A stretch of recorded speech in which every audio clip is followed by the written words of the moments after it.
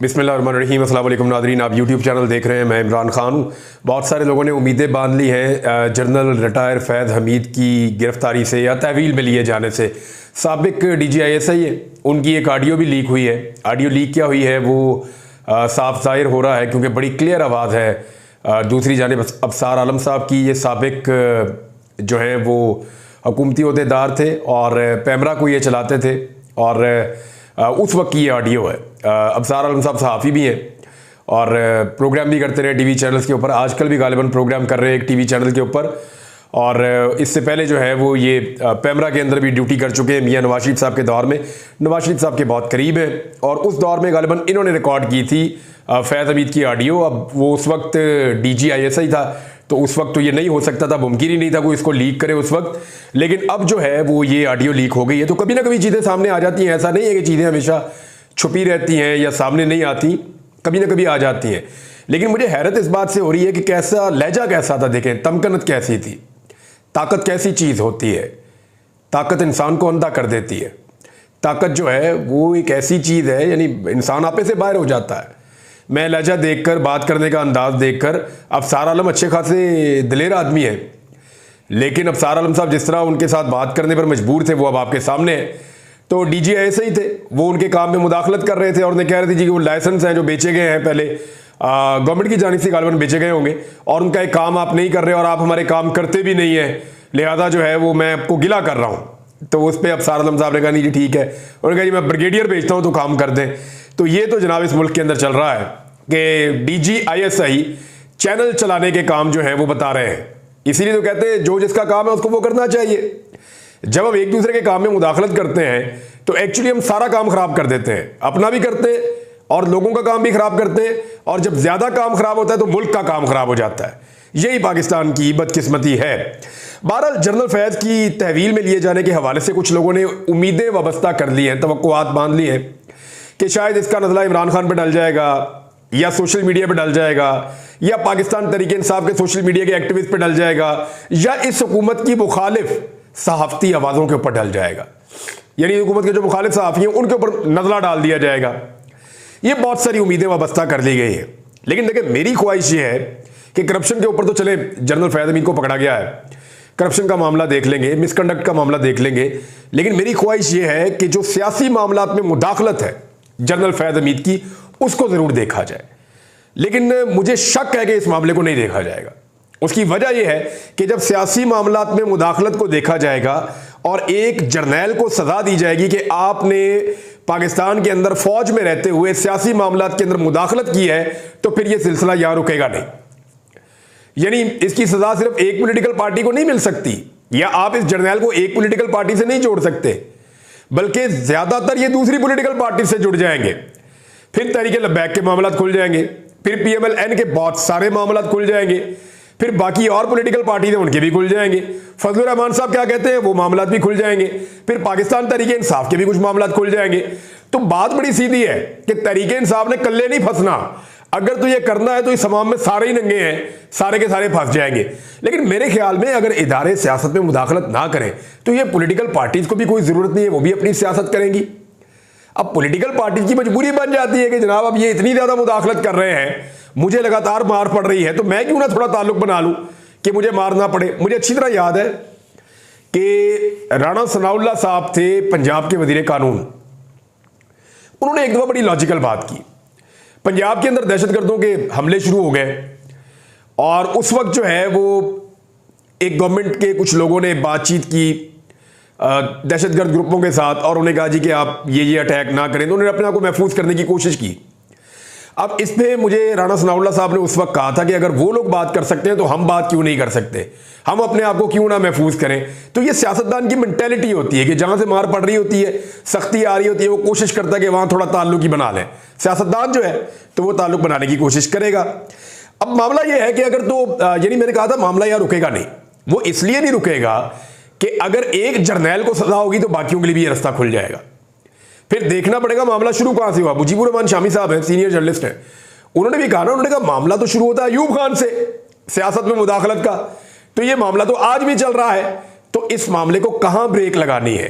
क्या एक को पिक एंड चूज करके सजा देनी है या सबको देनी है? देखिए, अगर करप्शन पे और मिसकंडक्ट पे होगा तो बिल्कुल ठीक है, वो तो बिल्कुल ठीक है। वो तो फैज हमीद साहब के साथ वही होना चाहिए जो उन्होंने किया है, जो उन्होंने गुनाह किया उसकी सजा उनको मिलनी चाहिए। पाकिस्तान तहरीक इंसाफ भी ये कह रही है हमारा कोई ताल्लुक नहीं है, फौज का अंदरूनी मामला है। नवाज शरीफ ने भी यही कहा है, फौज का अंदरूनी मामला है, इसके जो सियासी इश्यूज हैं उनके ऊपर तो सियासतदान बात करेंगे, लेकिन ये अंदरूनी मामला है, फौज जाने, फौज का काम जाने, ये सारे कह रहे हैं। तो ये तो बिल्कुल ठीक है। लेकिन अगर मेरी ख्वाहिश के मुताबिक या आम पाकिस्तानियों की ख्वाहिश के मुताबिक कि फौजी कोई जो है वो मुकद्दस गाय नहीं होते, उनके खिलाफ भी कानूनी कार्रवाई होनी चाहिए अपने हलफ से खिलाफ वर्जी करने पर और सियासत के अंदर मुदाखलत करने पर, तो फिर फैज हमीद पे कार्रवाई हो और फिर ये सिलसिला रुकेगा नहीं। ये मैं आपको पहले बता रहा हूं।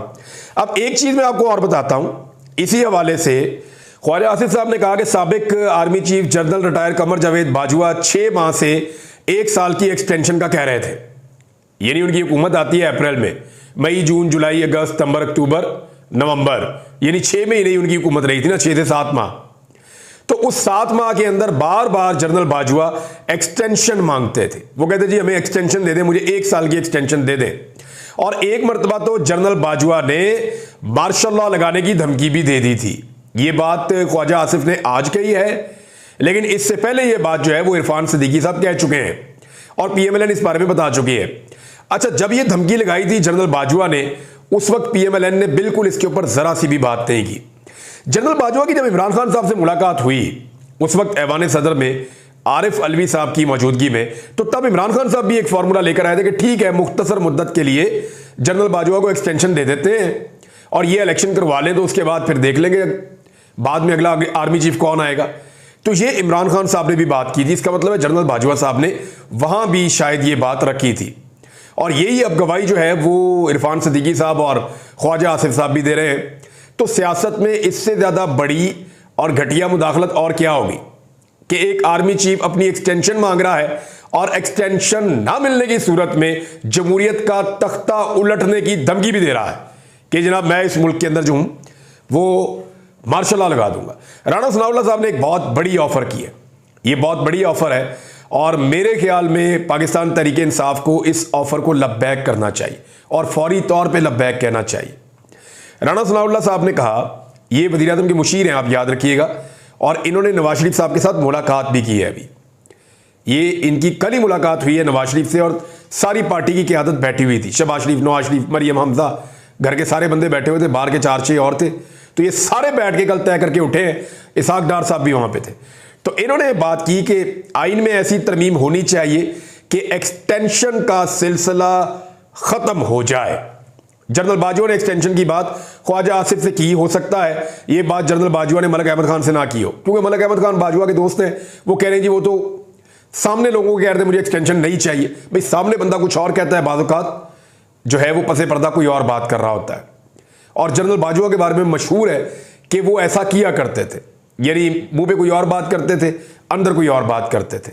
यानी हम सहाफ़ियों के साथ जब वो बैठते थे तो वो ये कहते थे कि ये बातें मैंने आपके साथ कर तो दी हैं, लेकिन आपने बाहर जाके मेरा नाम नहीं लेना।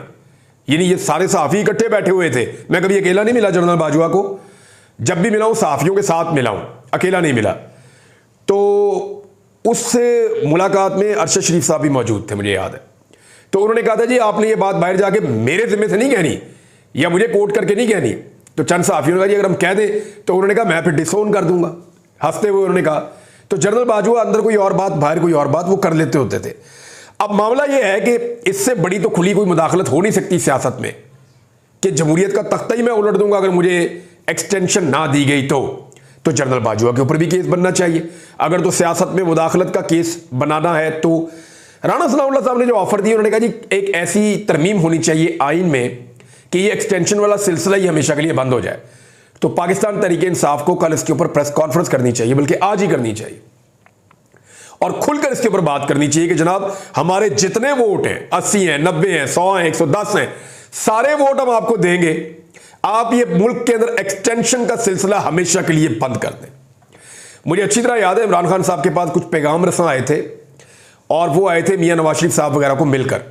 तो तब भी ये बात हुई थी, तो इमरान खान साहब ने कहा था जी इसके लिए तो मैं बिल्कुल राजी हूं कि आप आर्मी का रोल फिक्स कर दें और जो मुद्दत है उसका मामला भी आप फिक्स कर दें और साथ ही आप मईशत के ऊपर भी एक मिसाक कर लें, सारा मुल्क ये तय कर लें, सारी पॉलिटिकल पार्टीज, और इलेक्शन के ऊपर भी आप तय कर लें कि पाकिस्तान में इलेक्शन कैसे होंगे ताकि आइंदा किसी को एतराज ना हो। ये 3 उन्होंने बड़े मामला कहे थे, एक मईशत, एक साफ और शफाफ इलेक्शन, और एक उन्होंने कहा था कि आर्मी चीफ की तैनाती और उनकी मुद्दत मुलाजमत के मामला जो है उनको तय कर लिया जाए ताकि आइंदा जो है वो जो फड्डा पाकिस्तान में पड़ जाता है वो पड़े ही ना।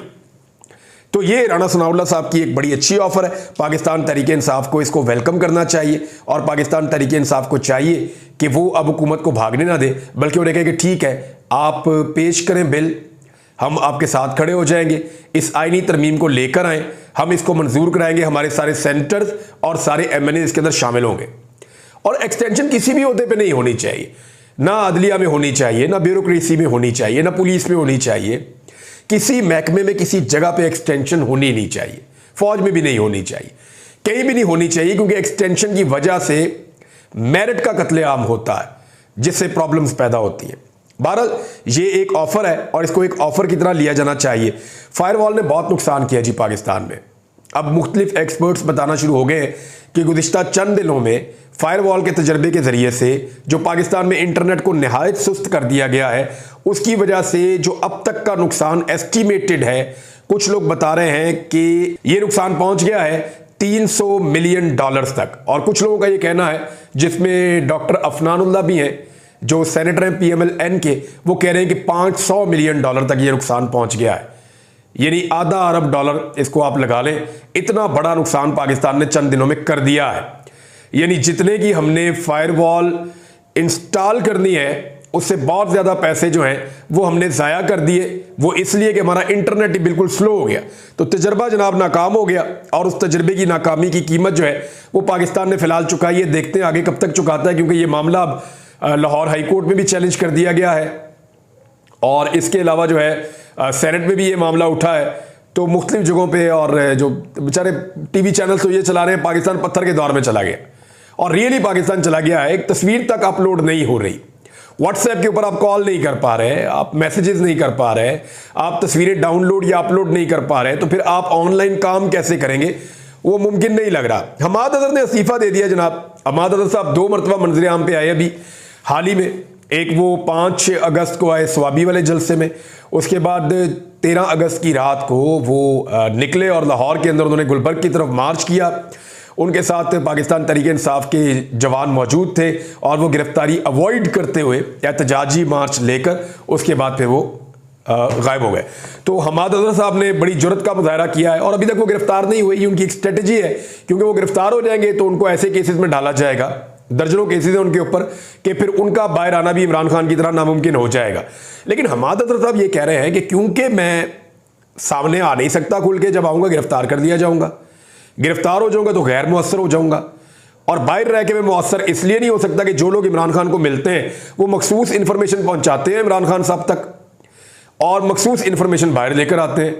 लिहाजा हमारा फैसलों के अंदर कोई किरदार ही नहीं रहा। जो हम मामला इमरान खान साहब तक पहुंचाना चाहते हैं वो पहुंचते नहीं है, उनका कहने का मतलब ये है, और जो मामला इमरान खान साहब के बाहर आने चाहिए वो आते नहीं है। और पंजाब के अंदर इस तरह के फैसले हो रहे हैं कि ऐसी सूरत हाल में मेरे लिए मुमकिन नहीं है कि मैं इस ओहदे के ऊपर मौजूद रहूं। लिहाजा उन्होंने अपने ओहदों से जो है वो इस्तीफा दे दिया है, और वो कह रहे हैं कि मैं पार्टी के कारकुन के तौर पर पार्टी के साथ वाबस्ता रहूंगा और काम करता रहूंगा। अवैस यूनुस नामी पाकिस्तान तहरीक इंसाफ के एक बड़े डाई हार्ड कारकुन हैं, इनके ऊपर पहले भी काफ़ी टॉर्चर हो चुका है और बहुत जबर इन्होंने बर्दाश्त भी किया है। इन्हें गिरफ्तार कर लिया गया था 13 अगस्त की रात को, और लॉकअप के अंदर मुबैना तौर पे शाकिर रवान साहब ने इनकी फ़ोटो लगाई भी है सोशल मीडिया पे कि लॉकअप के अंदर इनकी बाकायदा तस्वीरें सामने आई थी। लेकिन उसके बाद पता चला कि ये पुलिस के पास नहीं है, ना पुलिस ने इनको कहीं पे पेश किया, बल्कि इनको गायब कर दिया गया, और ये भी गायब हो गए हैं, जैसे ओन अली खोसा गायब है। ओन अली खोसा साहब के हवाले से मैं आपको बताऊं कि मैंने वो तस्वीर देखी मंगवा के, जिस तरह उनके घर को लातें मारी गई, उसको तोड़ा गया और ज़बरदस्ती उनके घर के अंदर घुसा गया। उनके बच्चे चीख रहे थे, उनकी खातून जो उनकी अहलियाँ हैं वो चीख रही थी। मेरी उनसे बात हुई, वो बड़ी सब्र और हौसले वाली हैं, लेकिन इसके बावजूद बहुत परेशान है। और पूरा पाकिस्तान जो है वो ओन अली खोसा के लिए आवाज़ उठा रहा है, सारे नौजवान आवाज़ उठा रहे हैं। वो पाकिस्तान के एक मकबूल तरीन यूट्यूबर हैं, एक मकबूल तरीन एक तरह से आप ये कह लें कि बहुत अच्छा एंटरटेन भी करते हैं, वो शायरी खुद लिखते हैं, स्क्रिप्ट बहुत अच्छा लिखते हैं, एक मुसन्निफ है बहुत अच्छे और बड़ा अच्छा काम करते हैं, और सबसे बढ़ के ये है कि वो मुहिब्बे वतन पाकिस्तानी है।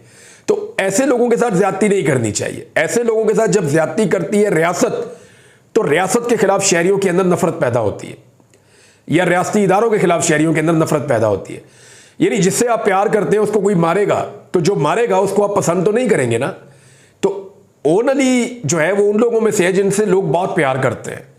मैंने देखा लोग बहुत प्यार करते हैं उससे।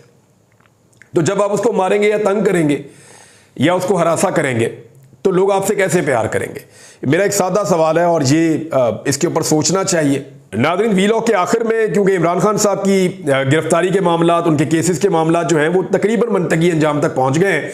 21 तारीख को जब इस्लामाबाद हाई कोर्ट में दोबारा केस लगेगा, लाहौर में तो उनकी बेल हो जाएंगी 9 मई की, नया केस डाला नहीं जा सकता, और जो तोशाखाना वाला है उसकी सिर्फ एक जो है वो बेल रह गई है। लेकिन उससे पहले हो सकता है कि अलकादर ट्रस्ट वाले केस के अंदर इमरान खान साहब को सजा सुना दी जाए। तो ये 2 केस रह गए हैं।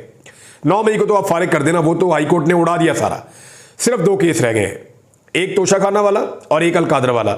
अलकादर वाले में कादी फायद ईसा साहब ने जिस तरह मुदाखलत की है लोअर कोर्ट के अंदर चलने वाले केस के मामले में, वो सब जुडिस है मैटर, और उसके अंदर चीफ जस्टिस ऑफ पाकिस्तान अपनी राय दे रहे हैं और यकतरफा राय दे रहे हैं। वो केस उनके पास ज़ेर समाअत भी नहीं है, फिर भी वो उसके बारे में बात कर रहे हैं। तो इससे पता चलता है कि वहां इमरान खान साहब को सजा हो जाएगी। लेकिन सजा हो जाएगी तो सजा मुअत्तल भी हो जाएगी। मुझे जो कानून को समझने वाले लोग हैं वो कहते हैं 1-2 हफ्ते से ज्यादा चल ही नहीं सकता। दूसरा, तोशाखाना वाले मामले में भी सजा खत्म हो जाएगी, रिमांड खत्म हो जाएगा। इमरान खान साहब जो हैं वो वहां पे उनको जमानत मिल जाती है, तो फिर इमरान खान साहब को अंदर नहीं रखा जा सकता। इसका सादा सादा मतलब मैं आपको बताता हूं। इसका सादा मतलब यह है कि इमरान खान साहब ने पाकिस्तान के निज़ाम अदल की जो मुश्किल तरीन विकेट थी वहां पे अपना मैच खेला है।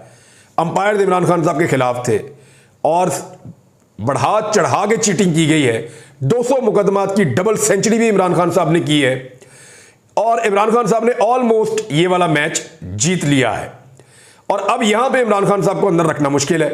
अब अगर इमरान खान साहब को अंदर रखना है तो फिर एस्टेब्लिशमेंट को खुद मैदान में आना पड़ेगा।